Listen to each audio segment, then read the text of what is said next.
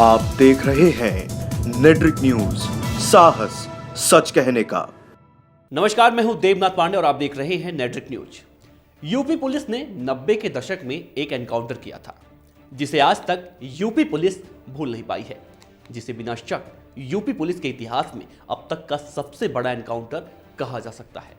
हम जिस एनकाउंटर की बात कर रहे हैं वो है 90 के दशक के कुख्यात गैंगस्टर श्री प्रकाश शुक्ला का।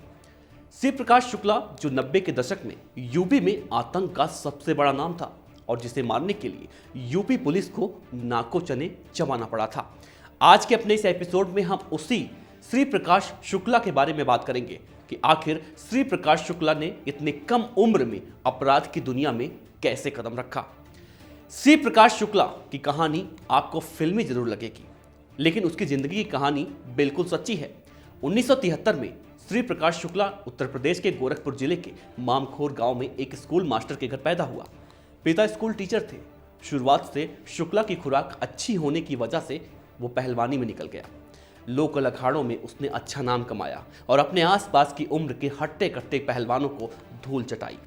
लेकिन 1993 में पुलिस रिकॉर्ड में पहली बार एक ऐसा नाम आया जिसने सबको हिलाकर रख दिया। शुक्ला 20 साल का हो चुका था। पहलवानी तो करता ही था, लेकिन एक दिन किसी राजीव तिवारी नाम के एक लफंगे ने शुक्ला की बहन को छेड़ दिया। बस यहीं से एक स्कूल मास्टर के बेटे की अपराध की दुनिया में एंट्री करने की शुरुआत होती है। जब उस लफंगे ने शुक्ला की बहन को छेड़ा तो शुक्ला का गुस्सा 7वें आसमान पर जा पहुंचा और फिर श्री प्रकाश शुक्ला ने अपने जीवन का पहला मर्डर किया। शुक्ला ने अपनी बहन को छेड़ने वाले राजीव तिवारी को जान से मारकर अपना नाम माफिया जगत से जोड़ लिया और बैंकॉक भाग गया। जैसे शेर के मुंह में एक बार खून लग जाए तो शेर खून का प्यासा रहता है, वही हाल शुक्ला का था। बैंकॉक से आते ही उसकी मुलाकात बिहार के मोकामा के सूरजभान से हुई और उसे उस्ताद मिल गया। फिर धीरे धीरे उसने अपनी बादशाहत कायम की और फिर यूपी, बिहार, दिल्ली, पश्चिम बंगाल और नेपाल में सारे गैर कानूनी धंधे करने लगा। श्री प्रकाश शुक्ला ने फिरौती के लिए किडनैपिंग, ड्रग्स और लॉटरी की तिकड़मबाजी से लेकर सुपारी किलिंग तक में हाथ डाल दिया। रेलवे के ठेके पर शुक्ला का एक छत्र राज रहा। अब बस यही उसका पेशा बन चुका था। 25 साल की उम्र तक पहुंचते पहुंचते शुक्ला 20 हत्याएं कर चुका था। नेताओं और बदमाशों के बीच शुक्ला का एक अलग ही हैसियत बन चुका था। टीवी और अखबारों में रोज सुर्खियों में आना शुक्ला के लिए महज एक आम बात हो गई थी। शुक्ला की रंगबाजी के किस्से लोगों में इस कदर चर्चाओं में आने लगे कि गली मोहल्लों और दुकानों पर जहां भी भीड़ जमा होती थी, इसी का नाम जुबान पर होता था। लेकिन लोगों के कान तब खड़े हो गए जब शुक्ला ने 6 करोड़ रुपए में उत्तर प्रदेश के तत्कालीन मुख्यमंत्री कल्याण सिंह को जान से मारने की सुपारी ले ली थी। श्री प्रकाश शुक्ला उत्तर प्रदेश और उत्तरी बिहार का सबसे डरावना और निर्दयी गैंगस्टर था। शुक्ला ने अपना आतंक इस कदर पैदा किया था कि पूरे राज्य में उसका सामना करने का किसी की हिम्मत नहीं थी। वो उन राजनेताओं और मंत्री लोगों के लिए सबसे बड़ा सिरदर्द बन गया था जिन्होंने पुलिस विभाग से शुक्ला की शिकायत की थी। श्री प्रकाश शुक्ला ने अपराध की दुनिया में अपना मुकाम बनाने के लिए अपनी ताकत को इतनी तेजी से बढ़ाया जैसे इंडियन आर्मी अपने मिशंस को अंजाम देती है। श्री प्रकाश शुक्ला के शौक भी बड़े अजीब थे। वो कॉल गर्ल से मसाज लेता था। सोने के आभूषण भी पहनने का शौकीन था। तेज भागने वाली गाड़ियों का तो दीवाना था। अपने दोस्तों के सामने फिल्मों के डायलॉग मारना उसे बहुत अच्छा लगता था। उस दौर में शुक्ला सेलफोन रखता था। कुल मिला जुलाकर कहें तो शुक्ला अय्यासी करने में कोई कमी नहीं रखता था। श्री प्रकाश शुक्ला शानो शौकत वाली जिंदगी जीने का आदी हो चुका था, लेकिन वो इतने से संतुष्ट नहीं था। उसे दौलत और शोहरत का चाह था। वो अपने से बड़े डॉन और नेताओं को अपने अंडर लाना चाहता था, मार पीट कर, डरा धमका कर, और उसने ऐसा करने की ठान भी ली। एक एक कर उसने सबका गेम बजाने की और अपनी बादशाहत कायम रखने की। 1997 के दौर में यूपी में एक और बड़ी सनसनी हुई। महाराजगंज के लक्ष्मीपुर के विधायक वीरेंद्र शाही को श्री प्रकाश शुक्ला ने लखनऊ शहर में गोलियों से छलनी कर दिया। हल्ला हो गया, भाई आज के नए लड़के ने शाही का पत्ता साफ कर दिया। पुराने माफियाओं के गैंग में भगदड़ मच गई।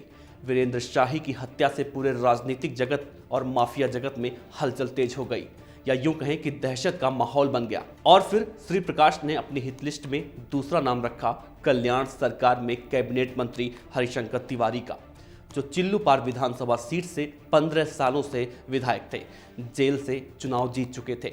श्री प्रकाश ने अचानक तय किया कि चिल्लू पार्क की सारी सीट उसे चाहिए और उसने तिवारी को टपकाने का हिसाब किताब बनाने लगा। कैबिनेट मंत्री हरिशंकर तिवारी को छोड़कर श्री प्रकाश शुक्ला ब्राह्मणों के करीब था, लेकिन कल्याण सिंह को वो अपना निजी दुश्मन मानता था, जो कि उसकी आंखों में बहुत खटकता था। बिहार सरकार के मंत्री बृज बिहारी प्रसाद, जिनकी उस समय बिहार की राजनीति में तूती बोला करती थी, यूपी के आखिरी छोर तक बृज बिहारी प्रसाद का सिक्का चलता था। मिला जुला कर कहें तो बृज बिहारी प्रसाद का हर जगह नाम था। लेकिन 13 जून 1998 को पटना के इंदिरा गांधी हॉस्पिटल के सामने वो अपनी लाल बत्ती कार से उतर ही रहे थे कि तभी AK-47 से लैस 4 बदमाशों के साथ श्री प्रकाश शुक्ला ने उन्हें गोलियों से भूनकर गुड आफ्टरनून कहकर फरार हो गया। शुक्ला का इशारा साफ था कि रेलवे के ठेकों पर कोई आंख तक ना डाले, कोई देखे तक ना, छूना तो बहुत दूर की कौड़ी है। बृज बिहारी प्रसाद की हत्या करने के बाद शुक्ला ने पूर्णिया के विधायक अजीत सरकार को कथित तौर पर मार डाला और इसी दौरान जो छोटे मोटे अपराधी पनप रहे थे और अपने आप को बदमाश बनते थे, शुक्ला ने एक एक कर सबकी हत्या कर दी। STF शुक्ला के पीछे नहा धोकर पड़ चुकी थी। STF का अब एक ही मकसद था और वो ये कि श्री प्रकाश शुक्ला को पकड़ना, चाहे जिंदा या फिर मुर्दा। STF ने अपने सारे घोड़े दौड़ा लिए, सब कुछ हिलाकर रख दिया। आखिरकार अगस्त 1998 के आखिरी हफ्ते में पुलिस को अहम सुराग मिला। पता चला कि दिल्ली के वसंत कुंज में श्री प्रकाश शुक्ला ने एक फ्लैट लिया है और उसने कुछ दिन से अपना बसेरा वहीं जमा कर रखा है। उसका धंधा अंधेरे में परवान चढ़ता। शाम का झुटपुटा होते ही वो अपने मोबाइल फोन से कॉल करने लगता और यही शुक्ला ने गलती कर दी, वो गलती जिसका खामियाजा उसको भुगतना पड़ा। श्री प्रकाश शुक्ला के पास 10 से ज्यादा सिम कार्ड थे। इतने सिम होने के बावजूद पता नहीं क्यों श्री प्रकाश शुक्ला अपनी जिंदगी के आखिरी समय में एक ही सिम से बात किए जा रहा था और इसी वजह से पुलिस को उसकी लोकेशन का पता लगाने में ज्यादा समय नहीं लगा। श्री प्रकाश शुक्ला ने इस दौरान जिससे भी बातें की, पुलिस को सारी जानकारी मिलने लगी और पुलिस को उस इलाके को खोजने में ज्यादा समय भी नहीं लगा। और फिर 21 सितंबर को पुलिस के एक खबरी ने बताया कि श्री प्रकाश शुक्ला जो अगली सुबह 5:45 की फ्लाइट से रांची के लिए रवाना होगा। सुबह के 3 बजे STF घात लगाकर बैठ गई, लेकिन श्री प्रकाश शुक्ला ने पुलिस को चकमा दे दिया, वो नहीं आया। लेकिन श्री प्रकाश अभी भी उसी सिम से बात कर रहा था। पुलिस ने उसके फोन का लोकेशन चेक किया और पता चला कि वो दिल्ली के बसंत कुंज से अपने अड्डे से निकलकर अपनी प्रेमिका से मिलने गाजियाबाद जा रहा था और प्रेमिका के चक्कर में श्री प्रकाश चकमा खा गया। और उसी दिन श्री प्रकाश शुक्ला अपनी प्रेमिका से मिलने जब गाजियाबाद जा रहा था, लेकिन वो इस बात से अनजान था कि पुलिस ने पहले से ही आज उसे धर दबोचने की पूरी तैयारी कर ली है। पुलिस ने शुक्ला को पकड़ने के लिए दिल्ली गाजियाबाद स्टेट हाईवे पर फोर्स ऐसे तैनात कर दी, ना तो बंदा और ना बंदे की जात निकल पाए। काफी देर होने के बाद कोई नहीं आया, तभी हवा का रुख मुड़ा और पुलिस की किस्मत पलटी खाई और तभी वहां से एक तेज स्पीड में आती नीली कार दिखाई दी, जिसका नंबर HR 26G7305 था, जो मोहन नगर फ्लाईओवर के पास दिखी तो वहां पुलिस की 5-6 गाड़ियां तैनात थी। गाड़ी का नंबर फर्जी था, वो किसी और गाड़ी का नंबर था। गाड़ी श्री प्रकाश शुक्ला चला रहा था। साथ में 2 साथी थे, अनुज प्रताप सिंह और उसके साथ आगे सुधीर त्रिपाठी बैठा था। श्री प्रकाश को खतरे का आभास हुआ। उसने गाड़ी की स्पीड बढ़ाई और पहली और दूसरी गाड़ी को चकमा देने में कामयाब रहा, लेकिन इंस्पेक्टर VPS चौहान ने भी अपनी जिप्सी उसकी कार के आगे अड़ा दी। खतरे को सामने देख शुक्ला ने बाएं घूमकर गाड़ी तेजी से यूपी के अंदर विकास कॉलोनी में भगा ली। पुलिस ने पीछा किया और श्री प्रकाश को सरेंडर करने को कहा, लेकिन श्री प्रकाश ने कुछ नहीं सुना और गाड़ी की स्पीड बढ़ाई और फायरिंग करनी शुरू कर दी। पुलिस की फायरिंग स्टार्ट थी, दोनों तरफ से गोलियां चलाई जा रही थीं और फिर आखिरकार शुक्ला और उसके साथियों को पुलिस ने धर दबोचा और उसको वहीं पर श्री प्रकाश शुक्ला और उसके साथियों को पुलिस ने गोलियों से छलनी कर दिया। हम बात कर रहे थे यूपी के गोरखपुर के कुख्यात गैंगस्टर श्री प्रकाश शुक्ला के बारे में। अपने अगले एपिसोड में हम बात करेंगे कुख्यात गैंगस्टर मुन्ना बजरंगी के बारे में। तब तक अगर आप ये वीडियो फेसबुक पर देख रहे हैं तो हमारे पेज को लाइक करें और यूट्यूब पर देख रहे हैं तो हमारे चैनल नेट्रिक न्यूज को सब्सक्राइब जरूर करें। शुक्रिया।